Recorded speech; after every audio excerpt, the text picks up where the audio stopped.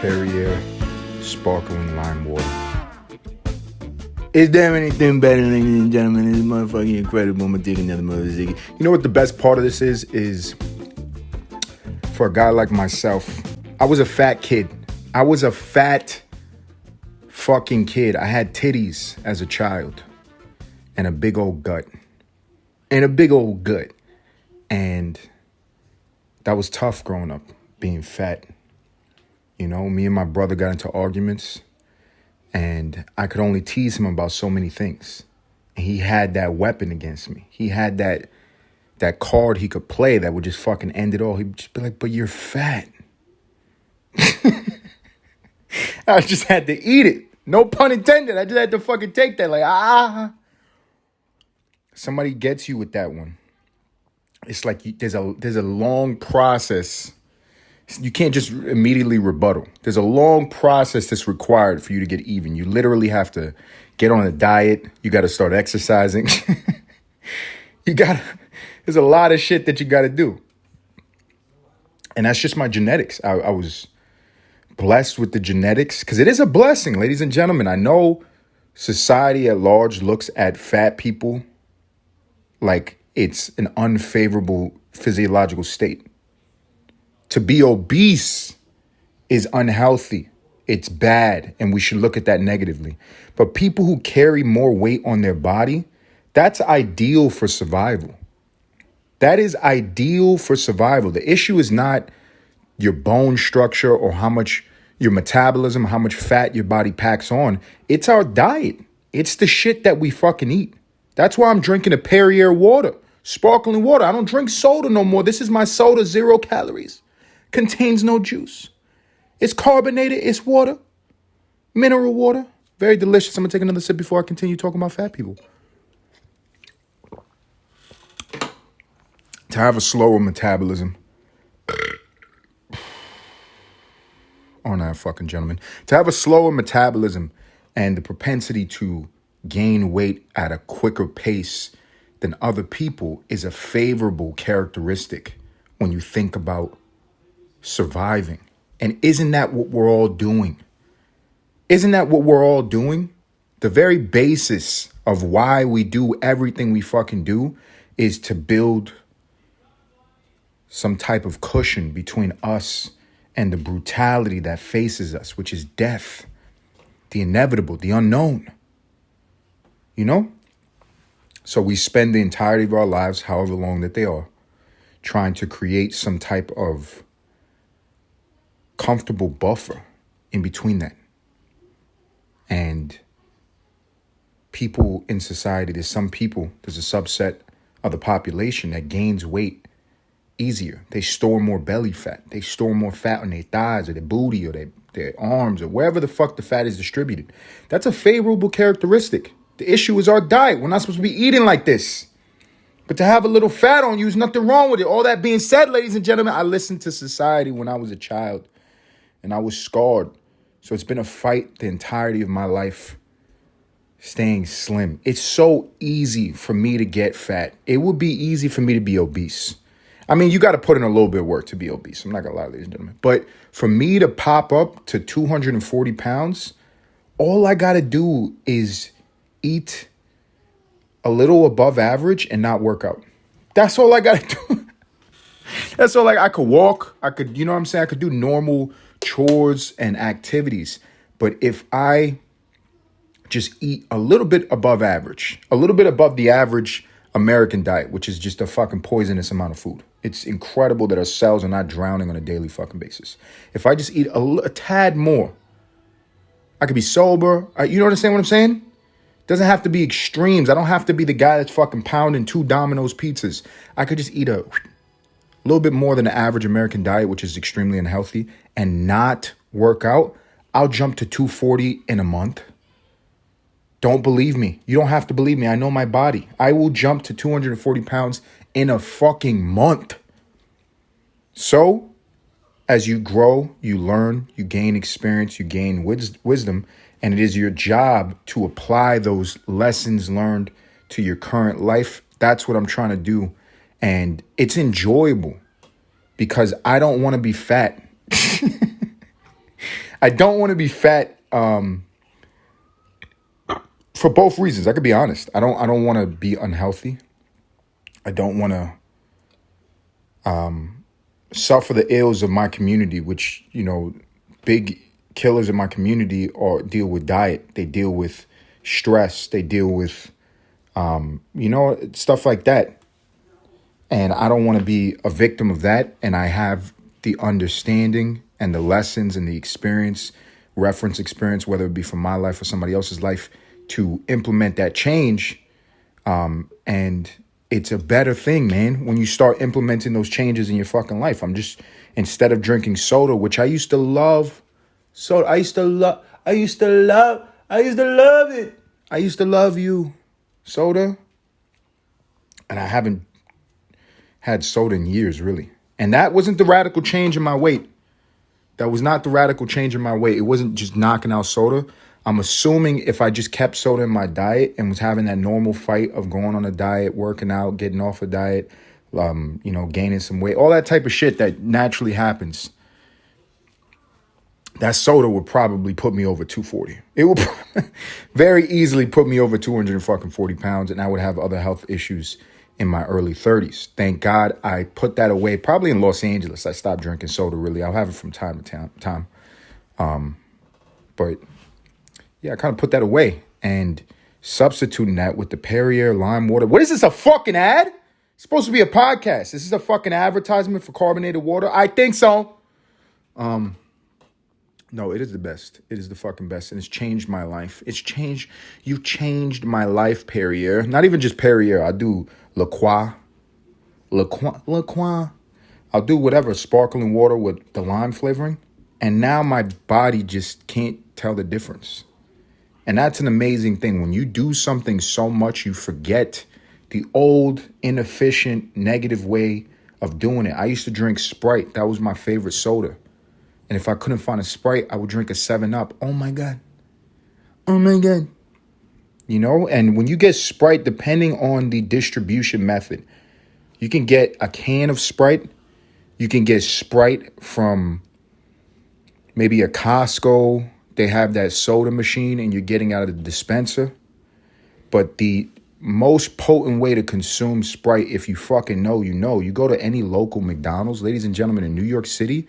I think the stat is, you can look it up for your goddamn self. It's a horrific statistic, but it's the reality of monopolies and capitalism in America. They don't give a fuck. There's a McDonald's within every square mile of another McDonald's in New York City. Look it up. That means if you're at a McDonald's, within a mile of that McDonald's in a certain direction, there's another McDonald's. You can't fucking miss them in New York.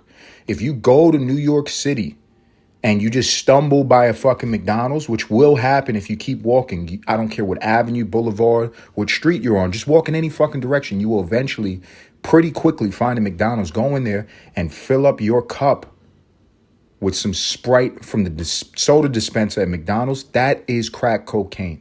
That shit is Drano. It is used to fucking clear the fucking pipes. It's crazy. And that used to be my fix. And now I've replaced that with the Perrier lime water. And because of the momentum of change, now when I consume this, let's try it right now. Let's see if it really fucking holds up.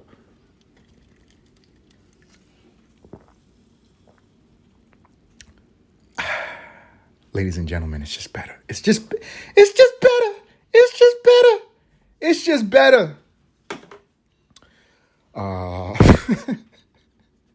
It's true. It's fucking fantastic. And I love it. Why was I talking about this? I was a fat kid. Fat is not bad. We just have to change our diets. Being fat is okay. If you're chunky, that means you have stronger genes, allegedly. You carry a little weight. Just change your diet and be a chunky person. And that's healthy, man. I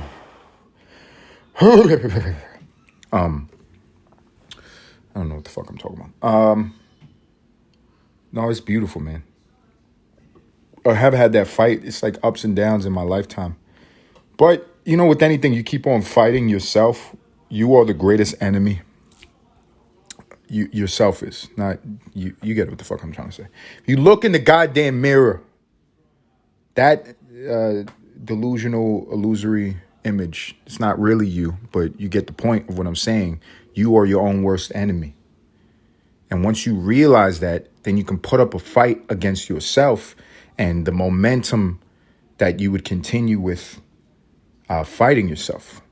Not in like a crazy way. I'm not saying go into the fucking bathroom and cut yourself where nobody's going to see it. You know what I'm saying? I'm not saying get emo. What I'm saying is the continual effort to conquer the things that are not favorable for you to have a balanced life, to have a life that you want, to live the life that you want. When you start fighting those things on a consistent basis, the momentum takes over. It's like gravity. And now I drink Perrier's, and the fight between me and the fat little kid that I was, it's not as difficult. It's not as difficult. I could just, implement all the things that are just habits now. What is this for? Do I think I'm a life coach? Everybody thinks there's a life coach. You know that? I think God was making human beings and just understanding how all of the universe works, right? Wanted to make us in that same thread of reality. There's positives, there's negatives, things kind of balance out. And he was like, I'm going to make them the most efficient. I'm going to give them thumbs. Great idea, God. I appreciate my thumb. Is it blasphemy that I use my thumb mostly for masturbation or scrolling? Probably. But anyway, I'm going to give them thumbs, and the smarter ones are going to use those thumbs to be fucking carpenters or architects or engineers, right? And then I'm going to give them the experience of consciousness. I'm gonna give them consciousness so they can, not only have to deal with suffering. This is the balance thing, but they'll also be able to experience the joys of life, the beauties of life, and it'll be enjoyable for them. They'll learn. They'll bump their head on walls. It's part of the growing process. You see it all everywhere in nature, and it'll be great. And then he was like, but I think it needs more balance because life is good. I think it needs more balance. And then in that understanding that life needed more balance, God was like, I gotta create a downer. There's so many highs in this life that I've created for the humans, and they're gonna make drugs, and there's plants that naturally have drugs. So many things that are just gonna fucking lift them off, and they're gonna be high in the fucking cloud. How can I get them down? And then he created this concept that we all have to deal with. Unsolicited advice. Oh my God! Is there anything fucking worse? Everybody's a financial advisor. Everybody's a health coach. Everybody's a life coach. Everybody's a fucking shaman. It's incredible. Myself included. It's like you can't avoid it. It's baked into the nature of having an opinion and expressing yourself, which are two very healthy things. But when you combine those things, you become advice. And for most fucking people, it's unsolicited advice. Like nobody wants to hear your motherfucking advice, but it's just the nature of it. If you want to express and you want to believe, you're going to be giving fucking advice. It's just it's how it is, man. It's what the fuck it is. It's crazy. It is balance as well, though, if you think about it. Like, I don't know, but I'm pretty sure trees don't have to experience unsolicited advice from other trees. I don't think tree 1 is telling tree 2 how it should be growing. That doesn't happen, but they're also probably not as conscious as us. And so it's just like an unaware life of, I don't think there's a lot of joy in that. It's like, they are experiencing the same base living experiences, like trying to live and survive. They don't store fat, but I imagine they store water. And, the trees that have the most favorable physical disposition for surviving, they probably have like thicker bark, or, you know what I'm saying? A geographical thing. They grow in an area that's less tree dense. I just had to pause the motherfucking recorder because I got a call from the motherfucking bank, ladies and gentlemen. It happens. You know how lonely I am? That this guy that I deal with calls me and I'm like, oh, my buddy Hilton. And I'm like, I never fucking met. That's how lonely I am. Anyway, what was I what was I talking about? I was talking about trees being in a geographical location. I was trying to parallel being a fat person, which is good genetically, to what is probably advantageous from a survival standpoint for a tree. And I said all that to say that we are similar in that way. We have we have genetic characteristics that are positive for us to have. And that's beautiful. But what the tree does not share with us is the joy of consciousness, which allows us to store such vast memories and interpret and create art and speculate and experience reality in such a unique way. Also doesn't have unsolicited advice. You understand? Fucking incredible. I'd rather be a human than a tree. A tree, I don't know what that life is like. I think that's like when people, what do they say? Like a fish has a 3-second memory. That's got to be wild. That's got to be fucking wild. It's like that Adam Sandler movie with Drew Barrymore where it was in Hawaii. And I guess she got into an accident and she just lost her memory every day. She had amnesia where she would go back to the starting point of the day before she had the accident. So every 24-hour period was just a reset, and she has no memory that she got into the accident, and her life just continues on from the day before she got into the accident, just repeating. So it's like an internal psychological Groundhog Day. And Adam Sandler makes the horrible mistake of falling in love with her. What could he do? She's innocent. So every day, he then has to remind her why she's waking up with his dick in her butt. You know what I'm saying? He got to remind her so she doesn't fucking think she's being assaulted. No, we've been together for years, baby. Look at this videotape I've compiled. You have kids. What a life to wake up to, right? You just wake up. There's some person you don't remember at all, and they've been having sex with you for years, and you procreated with them. And now you have people who share half of your genetics just running around your fucking house. And you just thought it was Thursday. And it's not Thursday. It's Monday. 10 years later. Fucking wild. That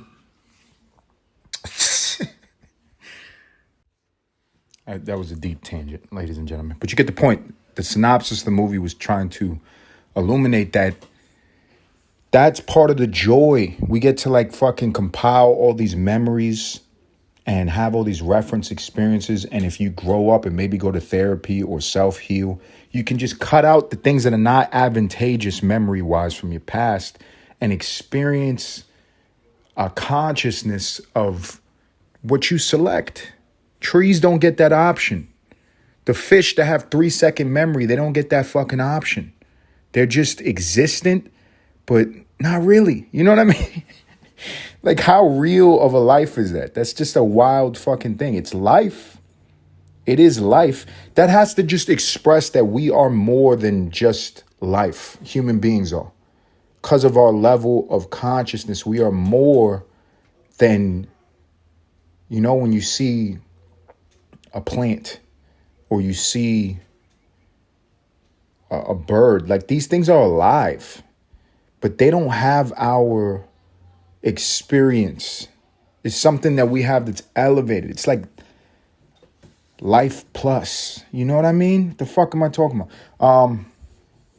You guys get it. You guys motherfucking understand what I'm saying, man. I'm gonna take another motherfucking sip of Perrier lime water. Flavored carbonated mineral water.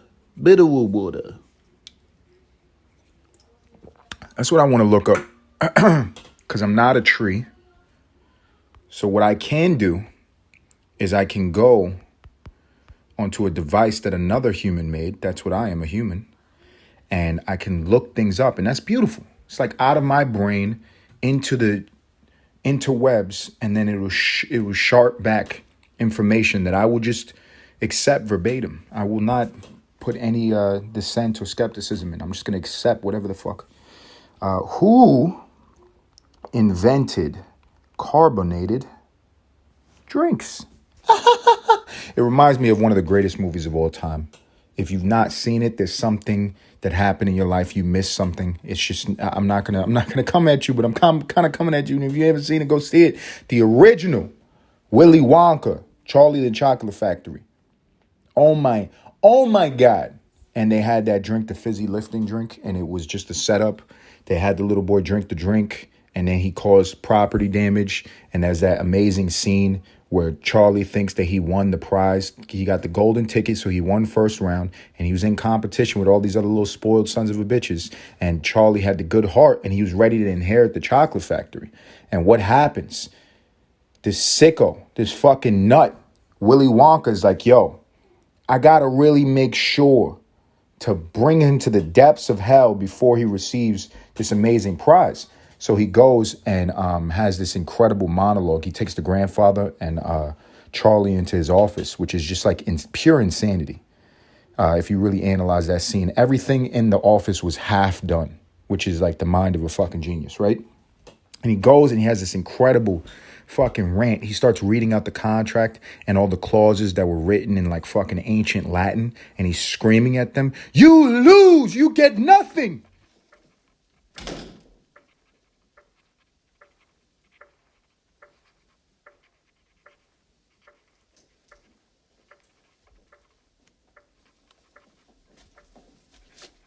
Mr. Wonka? I am extraordinarily busy, sir.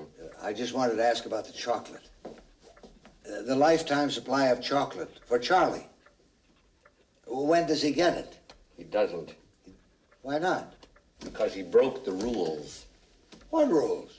We didn't see any rules, did we, Charlie? Wrong, sir. Wrong. Under Section 37B of the contract signed by him, it states quite clearly that all offers shall become null and void if, and you can read it for yourself in this photostatic copy, I, the undersigned, shall forfeit all rights, privileges, and licenses herein and herein contained, etc., etc., fax mentis incendium gloria culpum, etc., etc., memo bis punitor delicatum. It's all there, black and white, clear as crystal. You stole fizzy lifting drinks. You bumped into the ceiling, which now has to be washed and sterilized, so you get nothing. You lose. Good day, sir. And I said all that to talk about fizzy lifting drinks, carbonated drinks. Joseph Priestley. Where did carbonated beverages come from? The carbonation process was first invented by a man named Joseph Priestley in England in 1767. God damn, that was a long time ago. The process, however, wasn't commercialized until 1786. So it took about 19 years for this process to be commercialized, for everybody to be able to enjoy the invention of Joseph Priestley, this guy was like he has to be a prophet, right? Who creates something so obvious but enjoyable and genius. And it was in 1786 in Switzerland. It was commercialized by a man named Jacob Schweppes. Schwepped away. You know what I'm saying? Schweppes, ginger ale. Let's look up this guy though. Joseph Priestley. I wanna know about his life. You know what I mean? I want to know about what this guy was thinking about. He was like, water's good, but in the style of Jesus, I don't want water. I want something extra. Jesus turned it into wine. This guy turned it into soda. I just had to pause the motherfucking recording and I'm back again. And that's okay, right? Let's see. Where was I at? I was talking about this guy, Priestley, the guy that... He was very Christ-like. He did not like the natural composition of water. He was like, it needs something extra. He puts little bubbles in. And I want to find, they have carbonated water. Wikipedia. I'm looking up Priestley. Where's this guy? Joseph Priestley. Joseph Priestley. He was born. He was born today. Isn't that fucking insane? He was born March 24th, 1733. Isn't that fucking insane? What are the chances, ladies and gentlemen? This is a live synchronicity. Joseph Priestley, carbonated water, Perrier water. I owe it all to him. He was born today. This is also my sister's birthday. Hallelujah.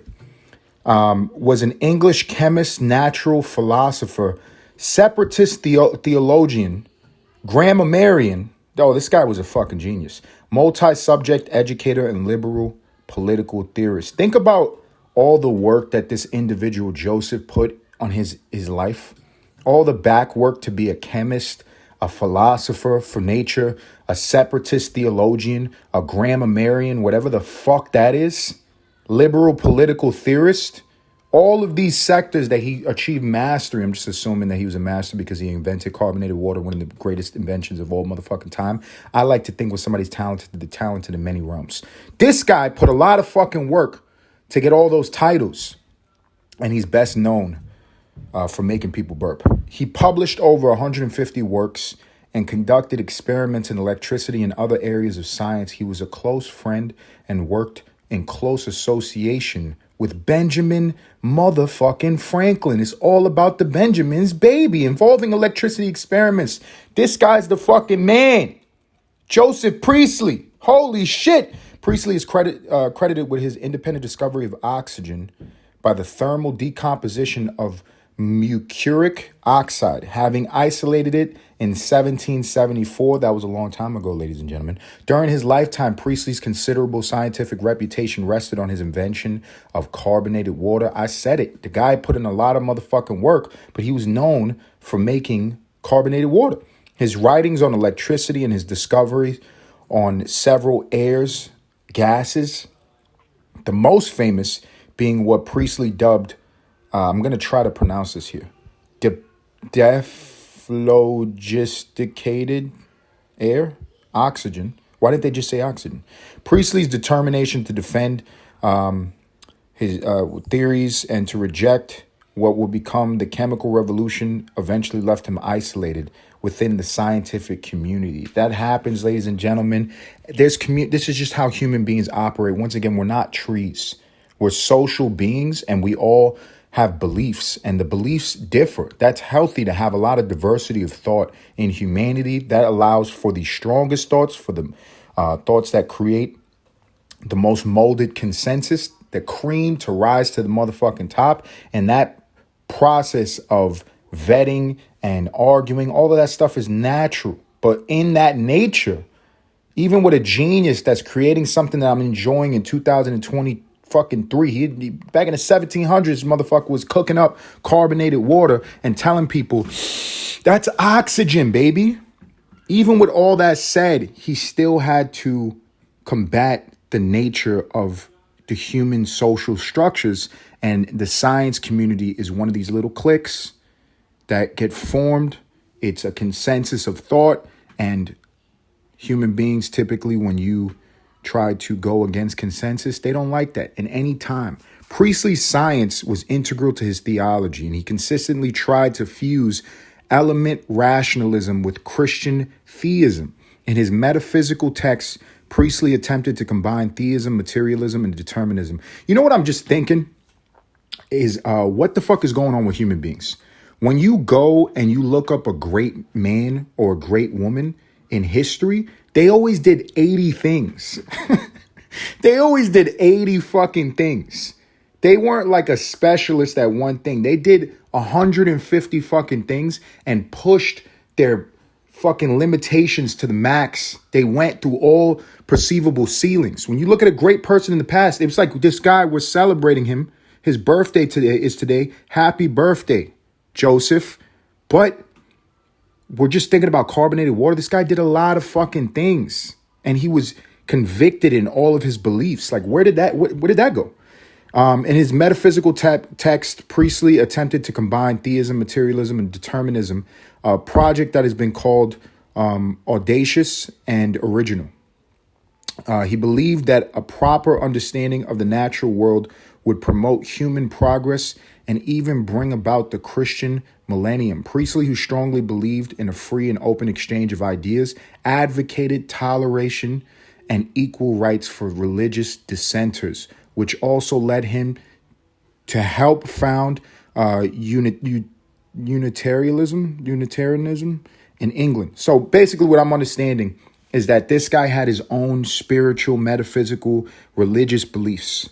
He also practiced science. He was an inventor. He was a creator. He was a busy son of a fucking bitch.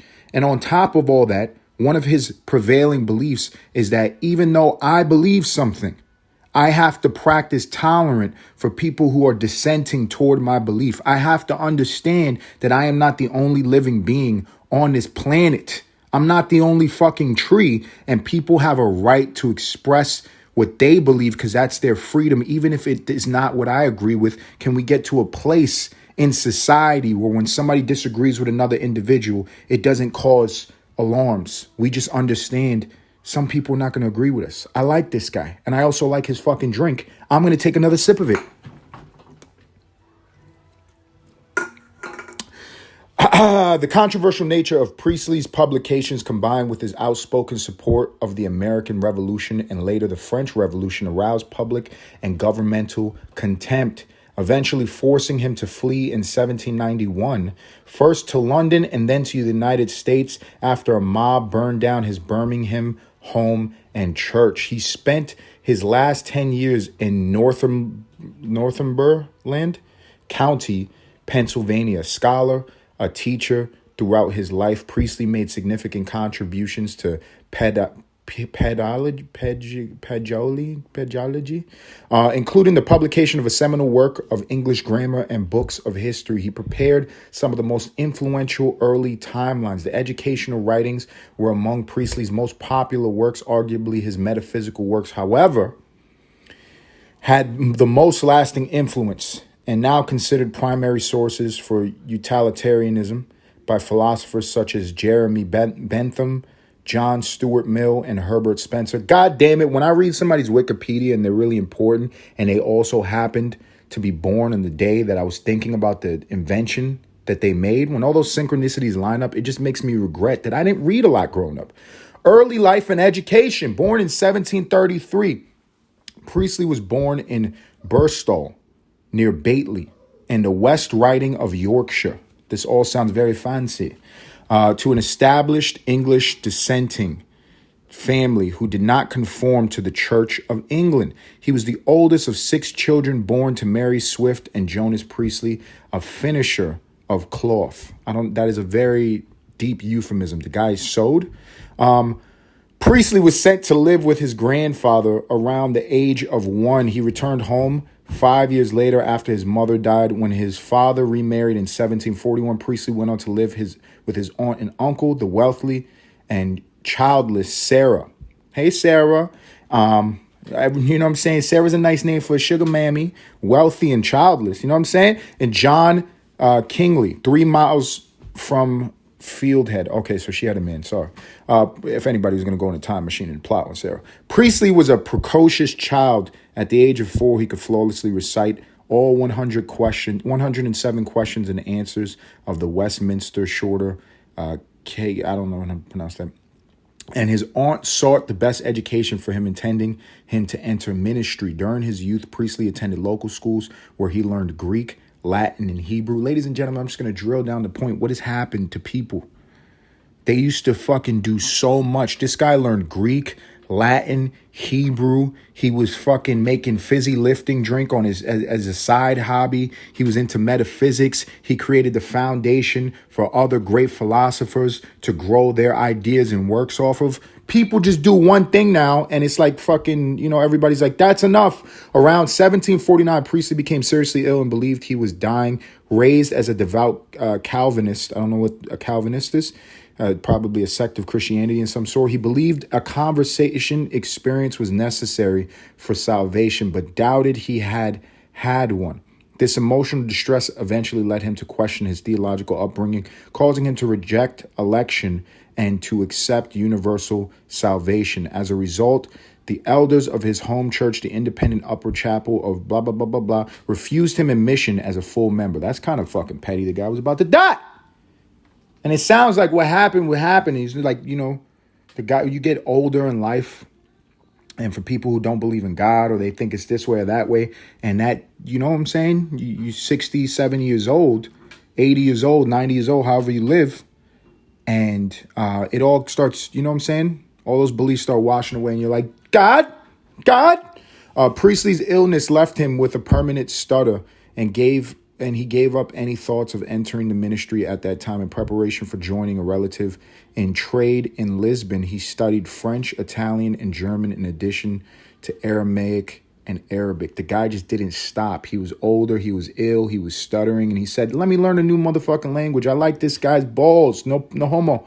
He was tutored by the Reverend George Hagerstone, who first introduced him to higher mathematics, natural philosophy, logic, metaphysics through the works of Isaac Watts, William Gavesdale, and John Locke. You see, man, this guy, this is crazy, man.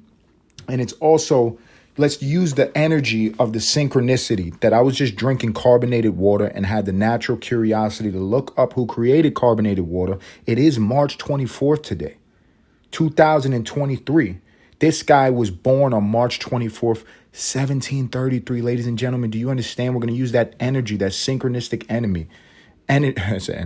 synchronistic energy, and understand the power of looking deeply into something. I just went on a search trying to understand who created carbonated water, and we get a greater example of the deterioration of the human race. No, I'm exaggerating, man.